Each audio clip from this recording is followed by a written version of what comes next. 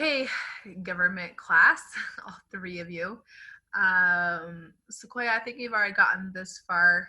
This is Unit 2.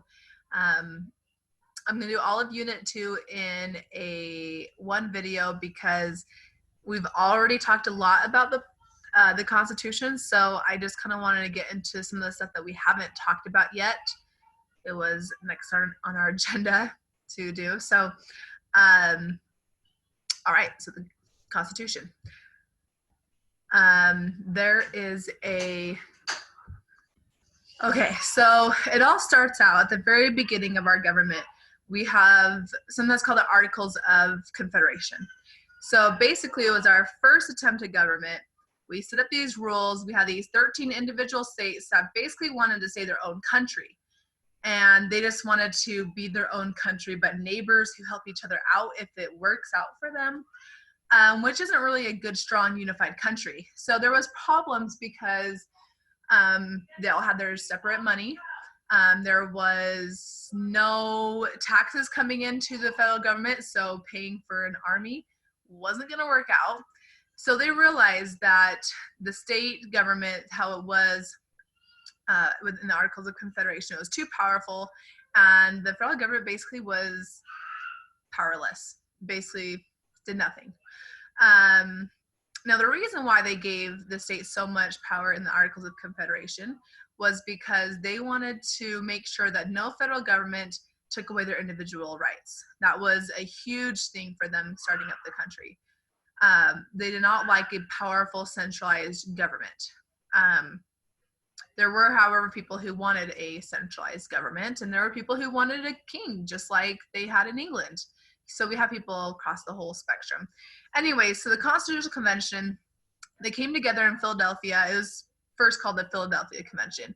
They come together because they're thinking, okay, we want to strengthen the Articles of Confederation. We want to make it stronger. We want to allow the federal government to pay taxes. We want to make, basically, if the state's power was right here, the federal power is right here, they basically want to bring it like this. They still want states to have more power than the federal government, but they want to, even it out a little bit more. So that was their plan. They go into this meeting and they end up getting rid of the Articles of Confederation and creating the Constitution. Complete change of government. So let's see. The one thing to remember for the quiz is just know that they had to write the Constitution. They had to change the government because the current government under the Articles of Confederation was not strong enough to enforce the laws. They didn't have a way to pay government to make sure that people followed the laws. They didn't, because they could not raise taxes. So you can't really do anything as a government if you can't raise taxes for that government. So that's a big reason why the Articles of Confederation failed. So at this Constitutional Convention, you have people who are called delegates. So these are people who basically represent people in a state. So if you imagine tables everywhere in a room, you have 4 people who represent New York, 4 people who represent Pennsylvania, 5 people who represent Virginia, 3 who represent Massachusetts, and so you just go through all. They have a number of delegates based off who was elected by that state to be their delegate. It's basically a representative today. They were called delegates then. Today we call them representatives. Usually they just vote for people. That's another one in the quiz who a delegate is. They represent others when voting or in a meeting, and they were elected by the state. One person you need to know, James Madison. He is what we call the founder or the father of our Constitution. He is the main force behind the Constitution. There were others who worked on it and helped him as well, but he was the main person, the main guy behind the Constitution. Now I want to show you guys a graphic that I'll talk to you guys about the Federalists and the Anti-Federalists. So as you can see on this picture here on my screen, you have Federalists who favored the Constitution. Now this is the most important part that you need to know. Federalists favor, Anti-Federalists are opposed or anti-favor. Okay, so if you imagine Federalist stands for favor. F stands for favor. They favor the Constitution. These guys, anti-federalists, they oppose. They do not favor the Constitution. You've got, on this side, you've got James Madison, of course, because he wrote the thing. Alexander Hamilton are the main guys here, and on over here, you have the main guys. Richard Henry and Samuel Adams are the main guys over there, but that doesn't matter. Most important thing that you need to know about Federalists and Anti-Federalists: the Federalists wanted a stronger central government. They knew that the Articles of Confederation were super weak. They knew that we needed to protect the nation, and they needed more power to be able to do that. They also knew that checks and balances would protect against abuses. They had the idea we should institute checks and balances for different sections of our government. They do want a protection of property rights. Let's see. Yeah, that's pretty much all they need to know about this. And these guys, the Anti-Federalists, they were mostly against the Constitution because they did not want a strong, tyrannical, centralized government to take away their rights. That was their biggest thing. They did not want a government to get all these rights again. So they wanted more stronger state governments rather than a national government. Let's see. But it's kind of similar how their executive branch in theirs had like a person similar to monarchy. So it's kind of weird. They just had a leader that, well, I mean, if the federal government isn't super powerful, then it doesn't matter if the person is a king or not, because they're not powerful, so who cares? That's probably what they were thinking. But their main thing is down here at the bottom. They wanted a Bill of Rights to protect citizens against government. The Federalists were like, it's kind of just implied. We know. But the Anti-Federalists were like, hey, we have to have them in there, because if we don't have them in there, then the government could just decide whatever they want. They have to be in there. We have to have it written very explicitly. And we'll kind of talk about that word again in a minute. So let's see. Federalists, again, supported strong central government. There were a few of these people, mainly Hamilton, if you've ever heard of the musical Hamilton, who supported them enough to write the Federalist Papers. There was the Federalist Papers he wrote, basically said, hey, guys, say yes to the Constitution. It's a good idea. We should do it. Absolutely. Yeah, we love it. They said that it's more important to have a strong federal government than state government because of protection purposes. Who was going to protect us if someone, does something bad that hurts one state? How are we going to get all of the states together to go against that enemy when we're not centralized, we're not unified? How are we going to protect ourselves? Someone could just pick us apart. We honestly almost had a civil war over this, and that's how different the North and the South were. If you think of North and South, you might think of the Civil War. They were having issues way before. Even when they started this country, they were already having issues between the North and the South. They were already different cultures there. Anti-Federalists, of course, were against strong government, and they wrote anti-Federalist papers that basically criticized the Constitution. So just remember, Federalists are for the Constitution, for more powerful central government, for the federal government, and Anti-Federalists were against the federal government. So here's another way to remember: federal government, anti-federal government. That's another way to remember the difference between those. As you guys might have remembered when we talked about this earlier, the Bill of Rights, first 10 amendments to the Constitution are the Bill of Rights, most important. Some of them are definitely more important than others, but they do talk about some of the most important things that were, important to them at that time. Namely, number one, the 5 freedoms that we get. Number one, freedom of speech, freedom of religion, freedom of the press, freedom to gather, and freedom to petition the government, which means ask them to fix our problems. So those 5 rules are basically some of the most important rules that they had at that time. Some, not all. Let's see. Next one. The Ninth Amendment. This one is in your quiz. Basically, this amendment says, okay, any rights, any powers that we don't give the federal government, they're reserved to the states. They're reserved powers. And what that means is in the Constitution, it says federal government can do this. They can make treaties with other countries. They can hold elections. They can raise taxes. They can declare war with other countries.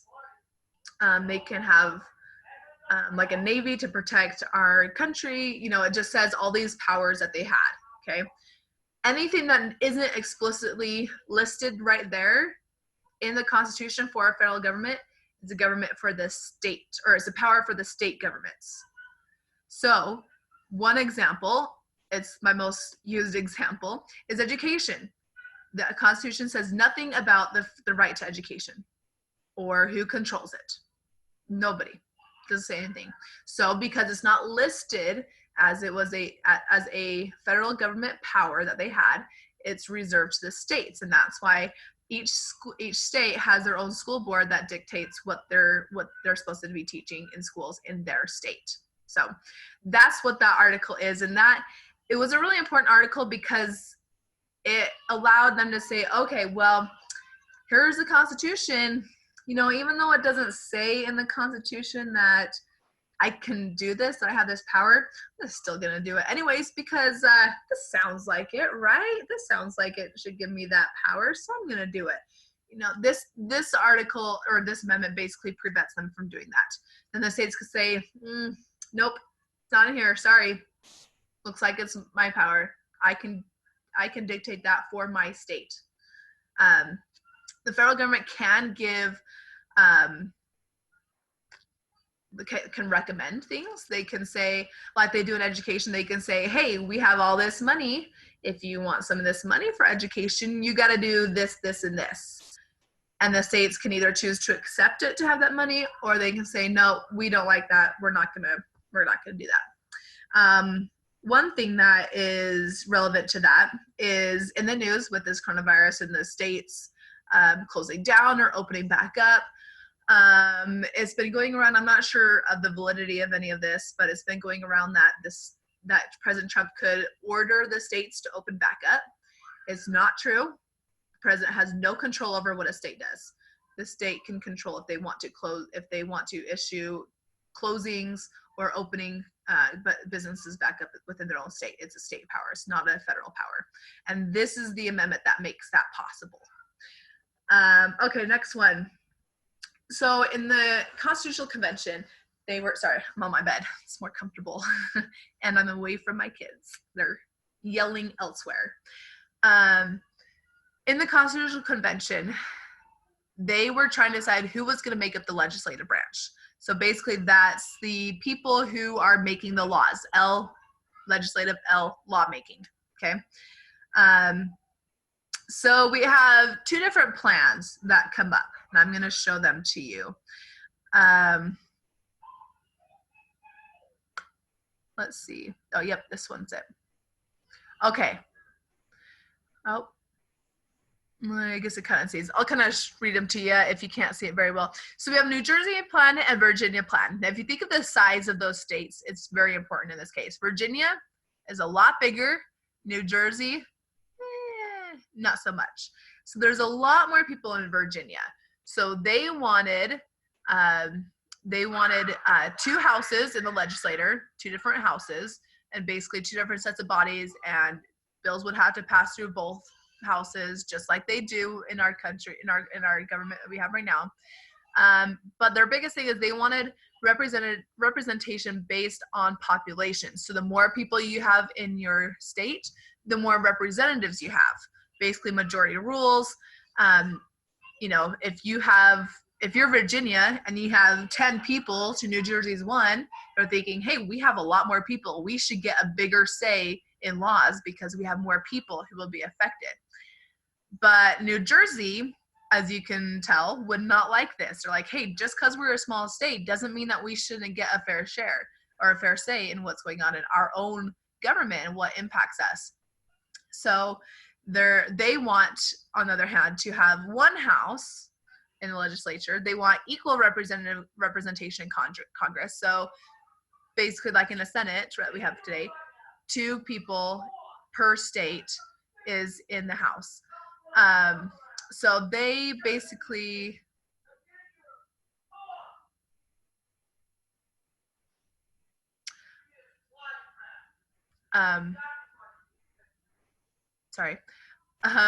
they basically want to make sure that the little guys get their say. So what we have is the Great Compromise, as you can see at the bottom here. We have a 2-house legislature. This is for 2-house legislature.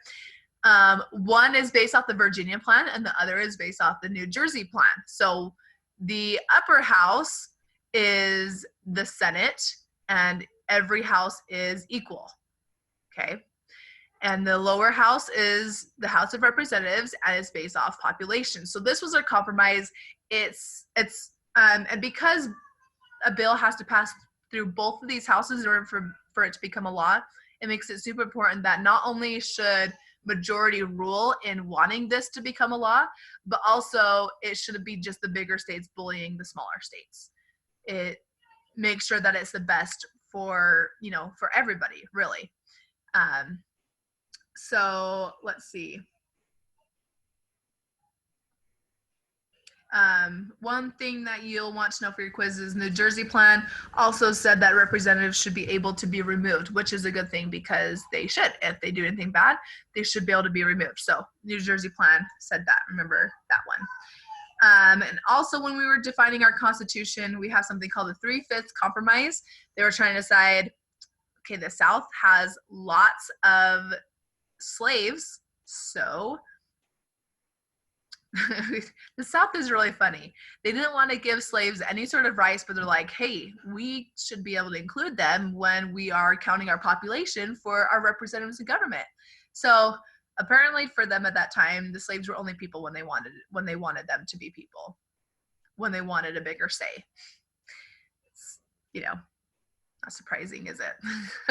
So they have another compromise that's called the 3/5 Compromise, because Nora said, nope, they're not, nope, they don't get a say, nope, you cannot include them because they have no rights. As some people said that, but they're, they don't get it right. They don't get a count for the population. So the compromise was called the 3/5 Compromise.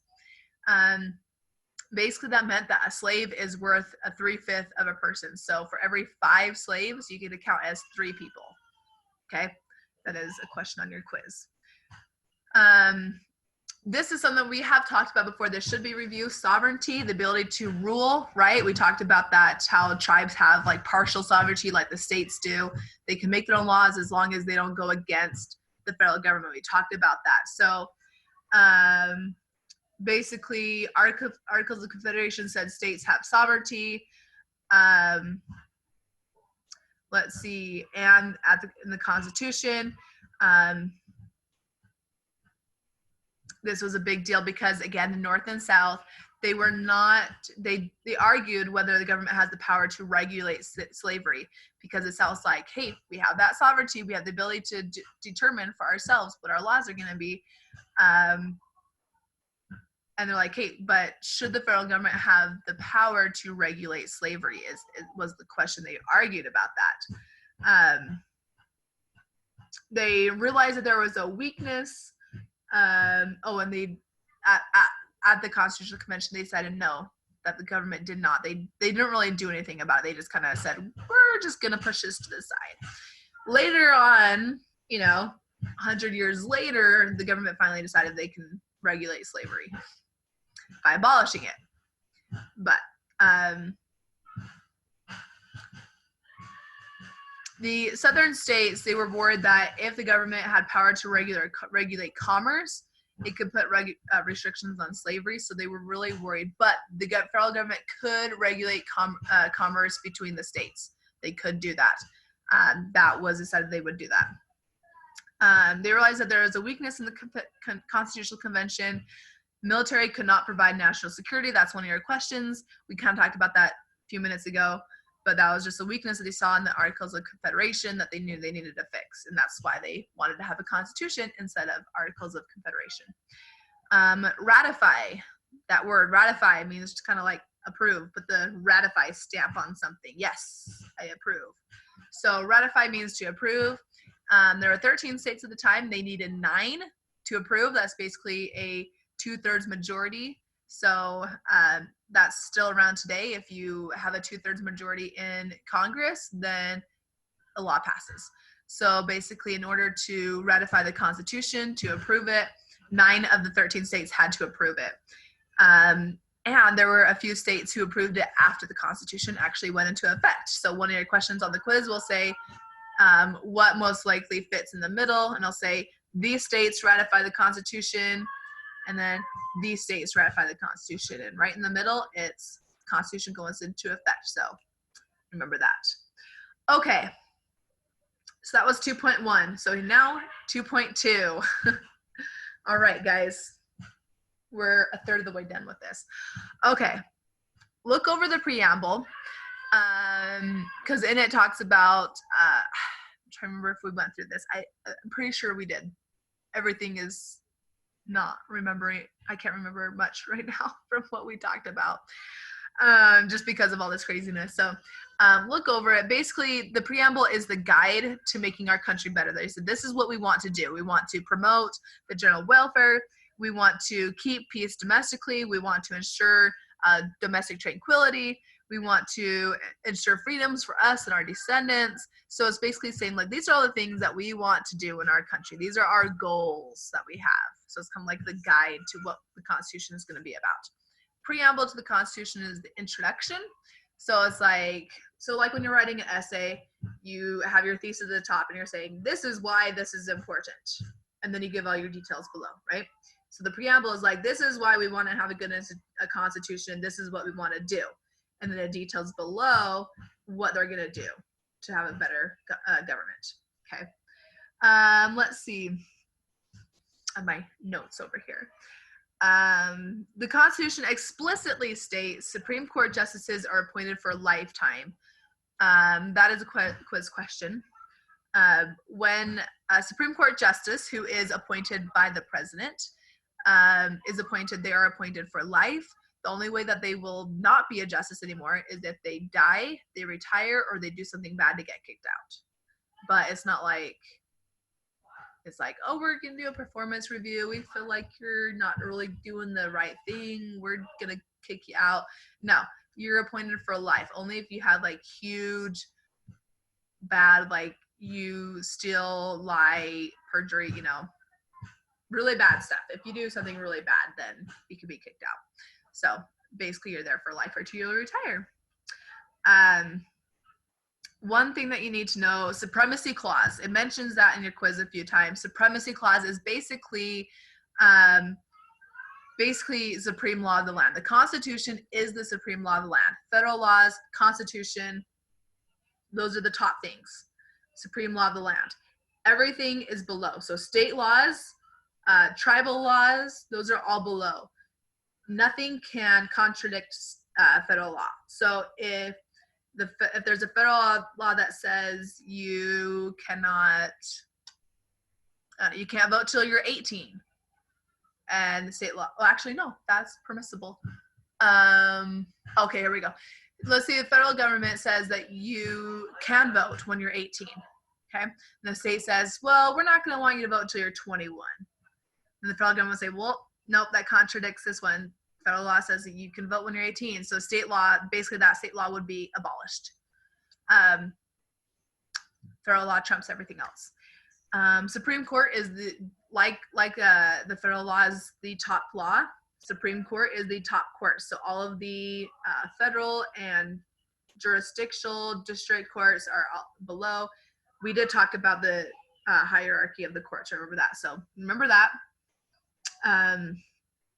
States can't contradict the federal laws, supremacy clause. That's like, I think there's like 3 questions in your quiz about that. Okay, the Articles of Confederation basically talk about what the government is about. So Articles 1, 2, and 3 are establishing the 3 branches. We've got the executive branch, the legislative branch, and the judicial branch. 1, 2, 3. Okay, so it gives them their abilities that what they are able to do. Article 4 says that states how states interact with each other. Basically, like if a citizen in Utah is the same equal standing, equal rights to a citizen in Nevada. Okay, they're equal. Okay, citizens of Utah are not better than citizens in Nevada. Okay, that's what Article 4 says. Article 5 talks about supreme law of the land. Constitution is the top law of the land. States can't contradict. Article 7 talks about how to ratify the Constitution. You need a 2/3 vote to ratify the Constitution and an amendment to the Constitution, 2/3 vote to amend it. They had a difficult ratification process that also allowed, had so many people voting for it because they wanted to make sure that when something is being ratified, it should be difficult, it should require lots of votes, and it should be with lots of thought put into something because you don't want to ratify something that turns out to be bad. So you want to have a lot of thought put into this, and that is their purpose in making the ratification process long and tedious. It asks you what number amendments. We've talked about this before. 27 amendments. Remember that 27 amendments have been added to the Constitution. The first 10 were added right away, and the other 17 were added down the line. So technically, it's only been amended 17 times down the line because the first 10 basically were with it. Basically, the Federalist, anti-Federalist thing, you had a Federalist who said, come on, sign the Constitution, it's really good. And then you had an anti-Federalist say, no, it doesn't tell us what our personal rights are.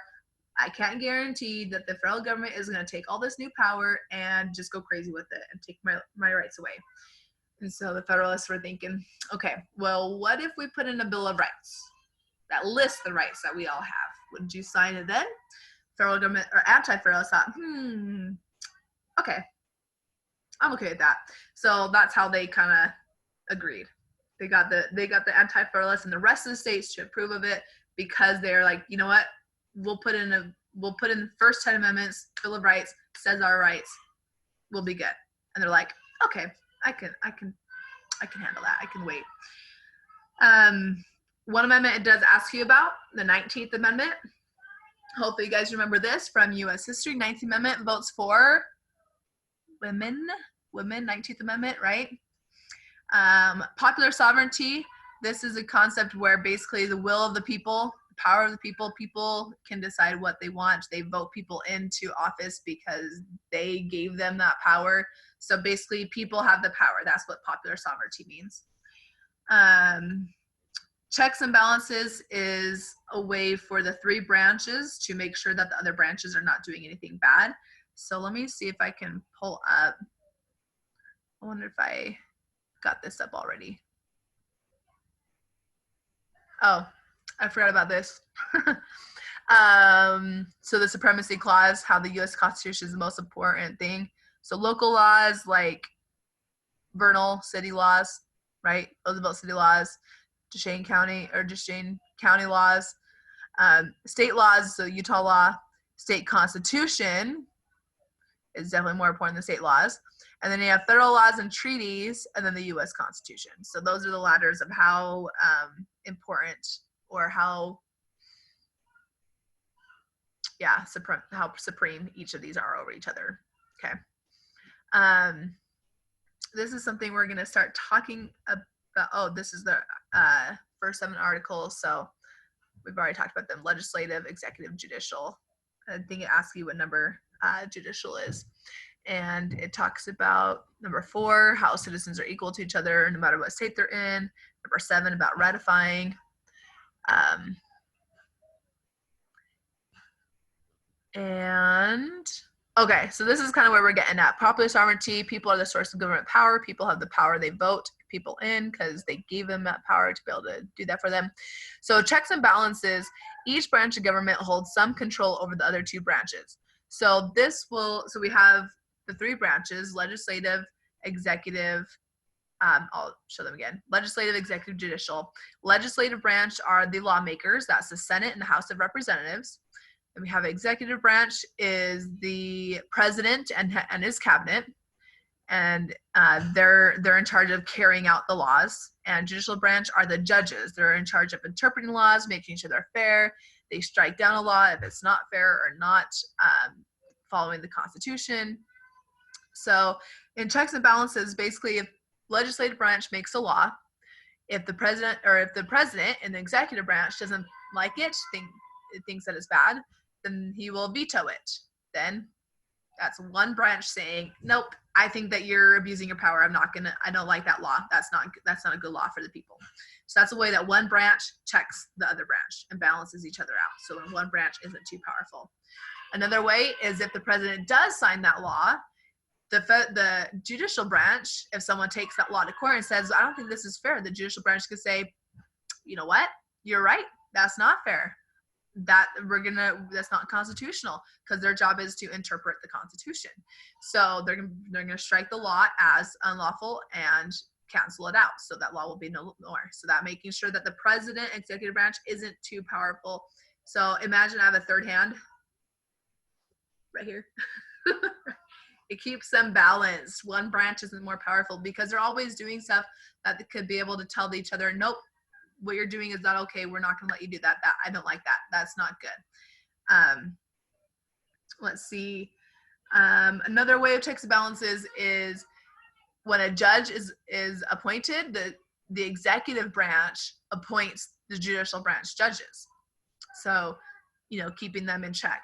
And the legislative branch has to approve of those appointments. So kind of like all three branches are helping each other out there, making sure that everything's good and people are good. And if the president does veto a law or a bill and doesn't want to sign it to become law, then the legislative branch could say, you know what, you're being corrupt. This is a good law. We're going to override your veto. So they have ways of balancing each other. So that's what checks and balances are. We have separation of powers, where each of the three branches of government have their own responsibilities. We talked about that already. Judicial review. This is huge, really important. Courts have the power to declare laws and acts of Congress and the president unconstitutional. So that's what I was talking about. The Supreme Court could say, nope, that was an unlawful law. It's not against the Constitution. We're going to strike it down. We didn't always have judicial review, but it's super important that we have that. Limited government, basically, we're not gonna, we're gonna make sure that the government doesn't have too many powers. That's why we have all these other things here too, to limit their powers. And federalism is that balance of power between state and national governments. We talked about that a few times. Federal government has a bunch of power, but state governments have a bunch of power too. It's not just all the federal government, then that'd be too much. So they're kind of like this. So these principles, what I just showed you, were the principles of the Constitution. Those are the main things that the Constitution do. These principles are, especially popular sovereignty, are given to us through something called the Enlightenment. This happened in Europe. People started questioning, how much power should the government really have? How much power should a king really have? Is the king actually destined by God to be our king or not? So this Enlightenment got people asking questions, and it got people wanting to have a representative government. And that is what brought along, a lot of people were reading the writings of Enlightenment thinkers and wanting to have a revolution to free America from Britain's grasp. So that is basically what prompted the American Revolution, is the Enlightenment. So Enlightenment is basically what brought us the power of the people, popular sovereignty. The people have the power, not government. The people do. And also another thing it brought us was representative democracy.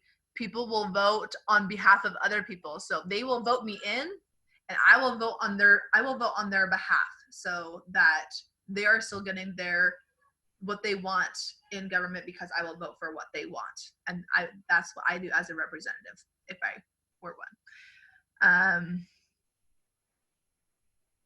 One of the ways that we do limiting government is, this is on your quiz, government isn't allowed to make religion a requirement. They can't say you have to follow religion. They they don't have that power. So we're limiting their power that they have. And a violation of rule of law. I can't remember if we talked about this or not. Rule of law basically says everybody follows the law, right? Everybody does. So rule of law, a violation would be someone who we elect does not follow the law because he doesn't like it. You still have to follow it even if you don't like it. So violation says, I don't like that law. I'm not going to follow it. That's a violation. That's on your quiz. Okay. 2.3. All right. So federalism, we kind of just barely talked about that. Federalism, so dividing the power between the national and the state government so that one does not have too much power over the other. So federalism is. They have this concept of federalism to make sure, mostly to make sure that that federal government is not too powerful, that they're more balanced. Okay, so remember that. I think that's one of your questions on this quiz. Make sure federalism limits power of government. In your quiz, there's a couple questions about the types of powers in there. So let's see if it'll let me go to here. Okay, government powers. So in the Constitution, there are different types of powers. Honestly, I couldn't really care less about some of these. I mean, they're kind of important if you want to be like a lawyer. But if you're not a lawyer or in government, you probably don't care about this because I don't really care about this. But it's in your quiz, so you're going to get taught about it. Okay, so here we go, the national government, federal government, and then we have the state government. So there are some powers that are given to both of them, and those are called concurrent powers. Okay, so like having elections, voting, right? Those are concurrent powers because they both have it. They both can do taxes, okay, for the people in the area. So that those are concurrent powers. That means both of them have it. Delegated powers are in the actual Constitution. There are expressed, implied, and inherent powers that are delegated. So the Constitution will say the federal government can make treaties. Okay, that is an expressed power because it's, written there that they can make treaties. Okay, an implied power with making treaties is that they can hire people to go to other countries to talk through and develop treaties with other countries. An inherent power is that they will be able to have employees that will do the work. So it's just basically all the things that are involved with treaty making that's expressed. All the little things, all the little details, those are implied and inherent powers. Okay. Let's see, denied powers. There are some powers that are denied. There are powers that that say that this is a power for the state government. That means it's denied for the national. There are powers that are denied for states, and that's a power for the national government. So like a denied state power would be they cannot decide to, open up slavery again because the national government has already decided about that. So that's a denied power for them now because it's written in the Constitution. So so denied powers, they're not allowed. Most of them are not allowed unless there's a special circumstance for denied powers. So basically like martial law. The military cannot be in charge of organizing and running the country. However, in special circumstances, that may be appropriate. I hope it never, ever is appropriate. But it is an option, okay? So that's what denied powers are. They're not allowed unless special circumstances allow. And then there are what's called reserve powers. These reserve powers are only given to special functions, okay? So like the 10th Amendment. So if it doesn't explicitly say it in the Constitution, it's reserved to the states. It's kept for, very specific things, basically that is not listed out here in the Constitution. Expressed powers right here. these are, like I said earlier, they're explicitly written in there, so it's very obvious what the powers are. They are in there in the Constitution. This is very important. These are listed in the Constitution because they don't want to have conflict between the federal and state governments saying, well, I don't think that that's really your power, federal government. I think that should be a state power. The federal government could say, nope, it explicitly expresses it in the Constitution. I don't know how many times I can say that word. They all mean the same thing. It says it in there, right there, crystal clear, plain as day. And it makes it so there's no conflict in those areas. Those are the most important areas, so that's why they're explicitly stated in there. For powers that are implied, there's something that's called a necessary and proper clause. Basically said the government can do anything that's necessary or proper, or basically anything that needs to be done in order to carry out the implied powers. So that one's on your quiz. Necessary and proper clause allows the federal government to do things that they need to in order to carry out the implied powers. We did talk about this earlier, that a state law can be illegal if it contradicts the government. That would go against the supreme law of the land. So there was a court case, McCulloch versus Maryland, this is under quiz, that says a state law can be illegal if it contradicts the government. Okay, so that's, remember the law case just says that, you know, the federal government law is most important. One of your quizzes on there will have a picture. I'm not even sure if I have the picture anymore. I think I tried to get it. Nope. Oh, there's just another one. There's just another example of delegated powers, national powers like coin money, powers that they both have. They can borrow money. They can have courts, private property for public use, and the state powers regulate trade and business within the state. They can have their schools. They can conduct elections. They can regulate alcoholic beverages. The federal government cannot do that. Only state governments can. But anyways, one of the questions on your quiz has a picture of pancakes. Actually, it'll be on this side of your screen. It has a picture of pancakes and French toast. Or no, not French toast. It's like some sort of like marbly bread. I don't know. It's something. But the pancakes are separated and the bread is like integrated. It like flows. So basically, and it asks, what do these pictures signify the relationship between federal and state governments? It's basically, as before, when they were pancakes, they were not working well together. They were very much different, okay? And in the second one, they're kind of integrated. They flow, they mix well together. So what that means is the relationship has gotten better over time.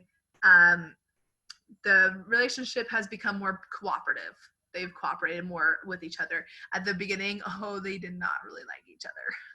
And it, you know, who could blame them? Because the states were terrified that, especially southern states, they were terrified about the Constitution giving the federal government too much power and having tyrannical rulers basically take away their rights. So they were terrified of each other.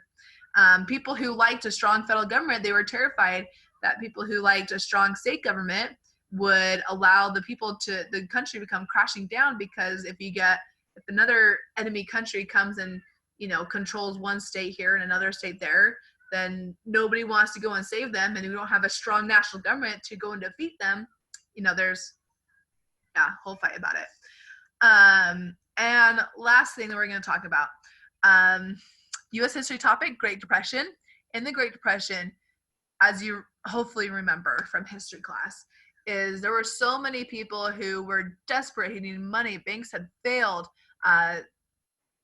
Things were horrible at this time.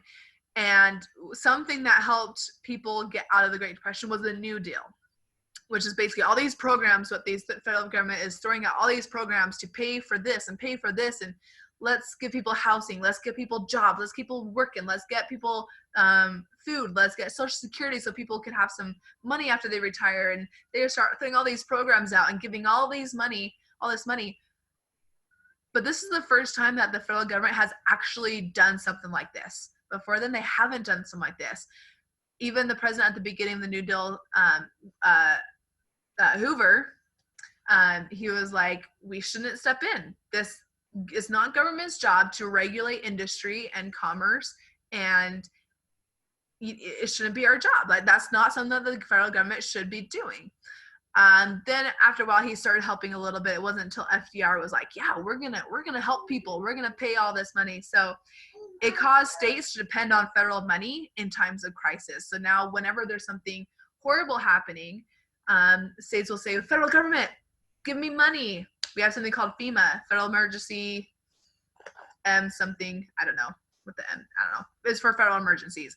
And they have this money set aside to pay for emergencies that are happening. And after the Great Depression, this basically made it so that whenever there's a crisis, states immediately look to the federal government and say, federal government, save us, give us money. Because of this fact, federalism has changed over time.